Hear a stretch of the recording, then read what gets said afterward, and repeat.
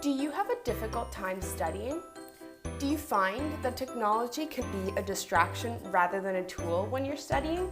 A lot of us do. Today, I'm going to show you how you can use technology to your advantage. First, you will want to set up a specific time to study.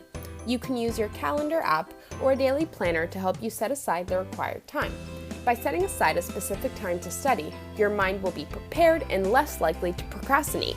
This will also help you set up specific times to take a break.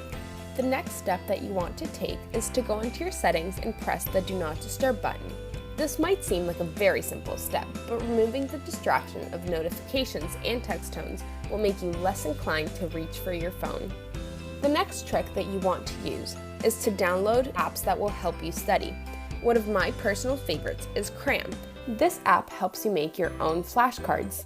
This will help you enhance your studying so much because you can do it on the go and without wasting paper. The best part about this app is that you can add pictures and text to your flashcards, which is perfect for visual learners. Finally, the last trick for all the people who love to study while listening to music. Try looking up or making your own instrumental playlist. This will help you be more focused because you will be less distracted. Good luck studying!